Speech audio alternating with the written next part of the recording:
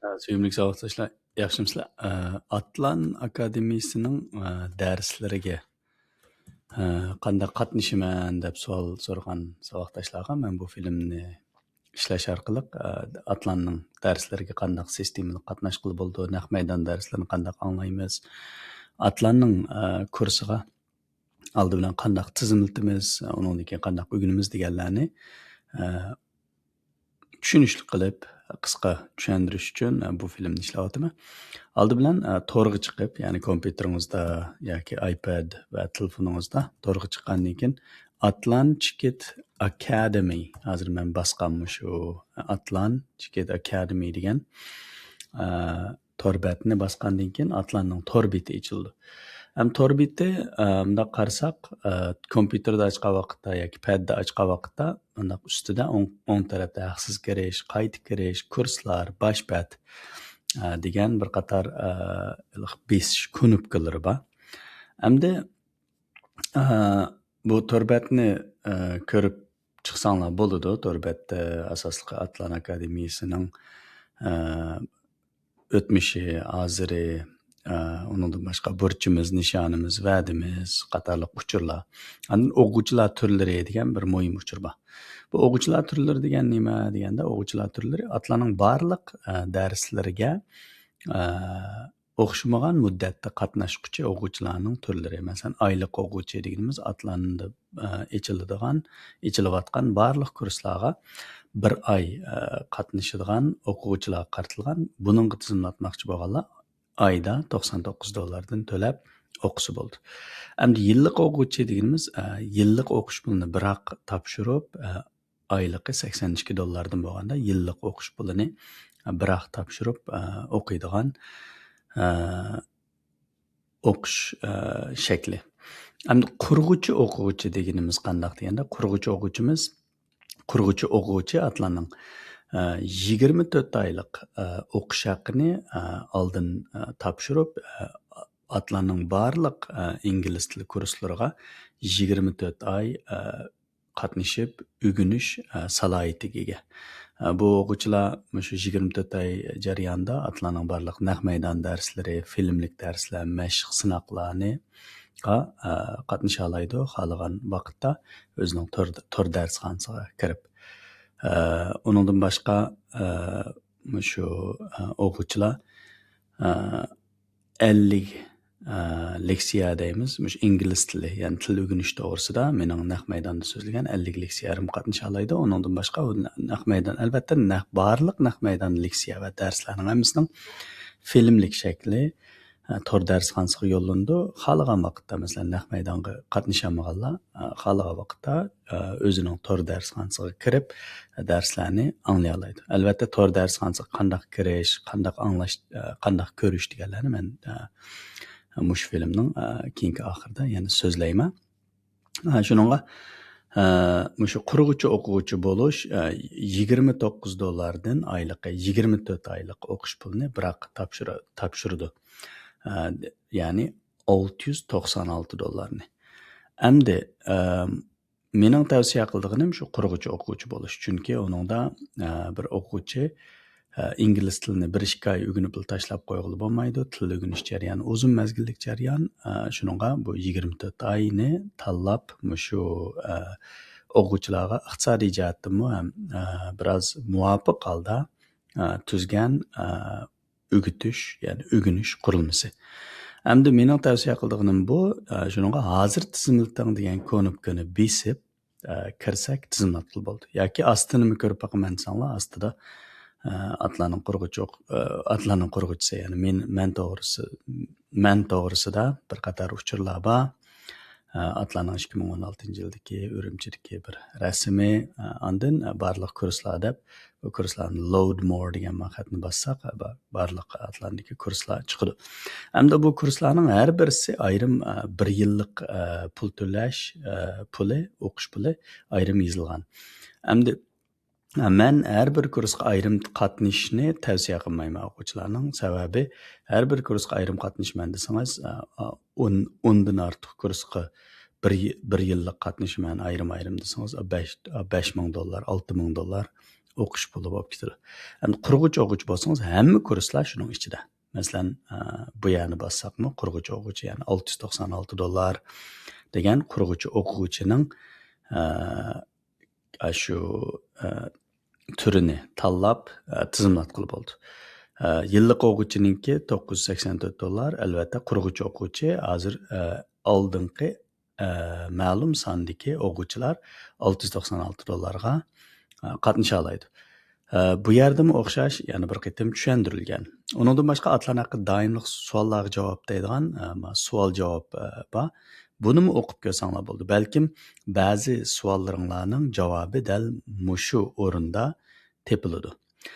Endi biz qaytadan ya'ni Atlant orbitining beshiga kelsak, qaytadan qandaq tizimlataman deganda, haqsiz kirish degan orqali tizimlasanglar bo'ldi. Eng yaxshisi tunji qitim tizimlatganda o'zinglar tizimlatmoqchi bo'lgan dars turini tanlab, ya'ni masalan qurg'uchi o'quvchi. Hozir tizimlating degan knopkani bosdik. Bosgandan keyin bu yer qurg'uchi o'quvchilarning shu qatnasha oladigan dars turlari chiqadi. Masalan, Atlan Akademiyasi tor darsxonasi uchurlari 8 so'zlanib bo'lgan mazmun bor ekan. Ingliz tilini qanday o'rganamiz deymiz, 50 leksiya, 7 mazmun bor ekan. So'zlanib bo'lgan mazmunlarda. Endi hozir bakrak so'zlanayotgan, har haftada 4 kun dars o'tilayotgan, 4 kun naq maydon dars o'tilayotgani 0 saviyadan ingliz tilini o'rganishni boshlaganlar uchun Atlan ingliz tili deydigan men tuzgan dars kitobni asos qilib o'tilgan ingliz tilini to'g'ri va ravon ingliz tili boshlang'ich saviya ko'rsatgan, yangi hayot ko'rsatgan bu darsni o'tyapman. Buni o'rgansanglar bo'ldi. Endi yana birisi ingliz tilini ravon so'zlash va amaliy qo'llanish ko'rsatadigan bu kurs, ya'ni buningda Amerika oila albomi degan 26 qismliq televiziya teatrini asos qilib turib, ingliz tilini anglash va so'zlashda eng ravon darajaga ilib boradigan darslik qurilmasi, darslik material. Bunun qarasanglar 106 o'rganish activities deydi, faoliyatlari bu yerga chiqib oldi deydi. Bu ikki darsni har haftada dushanbadan payshanbagacha o'tyapman. Ya'ni Atlan ingliz tilini dushanbadan chorshanbagacha 3 kun, bu Amerika albomini dushanbadan payshanbagacha 4 kun. Hamda undan boshqa grammatika 3 xil darajadagi grammatika darsliklari bor. Ularni yaqinda o'tishni, naq maydon dars o'tishni boshlayman. Onundan başqa 3000 sözlük, 7000 sözlük, 10.000, 12.000 sözlük degan darslar, yana turaqliq berikmalar va idiomlar darslari degandek bir qator kurslarmi yaqinda boshlandi. Hamda hozir bakrak shu sizlarga eng tezroq ingliz tili o'rganuvchilarga mayli 0 saviyadan bo'ling yoki odatdagi ingliz tili saviyangiz bor, lekin texmi yaxshi bir seviye ko'tarilman deydiganlarga shu ikki kursni hozir haftada 4 kundan o'tyapman. Qolgan kurslarni bayatın degandek barbara ko'payib naq maydon darslari chiqadi. Endi bu kurslarga shu qurg'uchi o'quvchi bo'lib qatnashishni ko'k konopkani bosgandan keyin, ya'ni tizimlataman degandan keyin bundaq bir ko'znak chiqadi. Ya'ni bu yerda what's your first name deb bir inglizcha gap bor, ya'ni ismingiz nima deb ismingizni kirgizsiz, and then what's your last name deydi, ya'ni familiyangiz nima deydi, familiyangizni kirgizsangiz bo'ladi. Ondan el xat adresi. Har bir savolning yanida qizil yulduz belgisi belgilar cho'qim uchurlarni kirgizishingiz kerak ekan. Masalan, familiyangizni yozsangiz, yozmasangiz baribir. Endi el xat adresini yozasiz, el xat adresingiz cho'qim to'g'ri yozishingiz kerak. Ondan maxfiy nomeringiz, ya'ni o'zingiz doim esingizda bo'ladigan bir maxfiy nomer. Lekin maxfiy nomer turg'izganda bir qoidasi nima deganda, bir cho'ng harf, bir kichik harf, ingliz tilidagi harfni, ondan bir raqam va bir belga. Shu 4 xil maxfiy nomer, shu 4 xil shakldagi söz yoki harfni o'z ichiga olgan bo'lishi kerak. Ondan maxfiy nomerning soni 8 yoki 10 dan ortiq, ya'ni shu harflarning soni, harflar yoki belgining soni jami 8 yoki undan ortiq bo'lsa bo'ldi. Shuningga buning tizimlatgan vaqtda masalan men bir misol ko'rsatay. Men o'zim tizimlatmoqchi deylik. Shuning bilan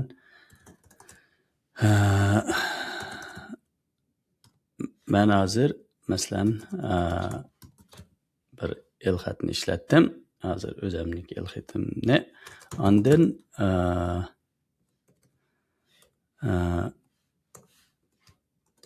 hozir 8 xona debdikan, 8 xonadan ortiqroq maxfiy nomerni kirgizdim.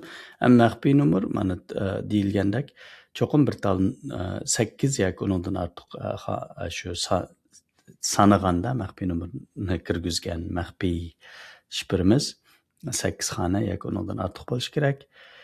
Bir yuqori harf, ya'ni cho'ng harf, bir kichik harf va bir son, shundoqla bir belgini o'z ichiga olgan bo'lishi kerak deydi. Shuning uchun shunga diqqat qilsanglar, maxfiy nomerni turg'izib bo'ldi. Endi mana hozir kirgizdik. Endi kirgan vaqtda endi bu yerda sol tarafda bank karta uchurlarini kirgizish o'rni bor. Ya'ni bank kartangizning nomerini, ondan uningki bank kartangizning ustidagi card number degani kartangizning nomeri, undan boshqa expiration date deganimiz shu kartangizningki to'shadigan oy va yili, ya'ni umu ash kartangizning ustida bo'ldi. Undan 3 tal kartangizningki bexatarlik nomeri deydigan bir 3 nomer bo'ladi. Undan kartangizni chiqargan qaysi davlat degan davlatni tanlaysiz, ya'ni qaysi banki, qaysi davlatdagi bankidan olgan degan. Undan buy degan setib olish deganni bossangiz setib olib bo'ldi. Endi bu yerda yana bir muhim narsa, men o'ng tarafda have a coupon degan bir gap bor. Ya'ni e'tibor kartangiz bormi degan. E'tibor kartangizga atlan degan xatni, ya'ni A harfini birinchi harfni cho'ng yozib, qolgan harflarni kichik yozib, e'tiborga erishiman degan redeem degan shu erishiman, olaman degan gap. Buni bossangiz $100 e'tiborga erisha olasiz, ya'ni $596 tizimda olasiz. Bu $596 mu cheklik sondagi o'quvchilarga berilgan e'tibor. Ya'ni mushu atlan degan mushu e'tibor kartasi, ya'ni atlan degan xatdan iborat mushu e'tibor kartasining vaqti to'shqan vaqtda u $100 ishlatib bo'lmaydi. Endi $596 bilan bu yerga bank kartalaringizni qana qilsangiz kirgizib, undan keyin to'g'ri kirgizgandan keyin, chunki bankingizning bank kartangizning ismi bilan mayerdagi bank ismingizmi o'xshash bo'lishi kerak. Shuningga bank kartangizni qaysi ismni qo'llandingiz, undan keyin shuning qarta endi setib olaman deganni bosgandan keyin tabiiy siz u atlanning qurg'uvchi o'quvchisi bo'lgan bo'lsiz. Endi atlanning qurg'uvchi o'quvchisi bo'lib bo'lgandan keyin qandaq bo'ldi deganda, siz bu to'rbatga kirgan vaqtingizda qayta kirish deganni besibla bu yerga tizimlatgan o'zingizningki tizimlatgan el-xat adresingiz bo'yicha kirsangiz, masalan